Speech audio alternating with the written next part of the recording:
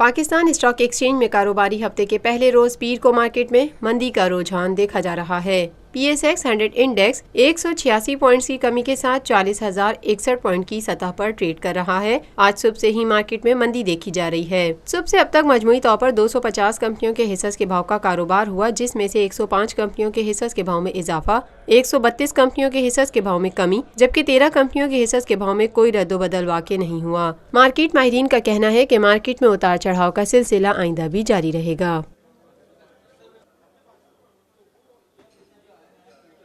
Lotus Lake Towers, a groundbreaking endeavor by Lotus Properties.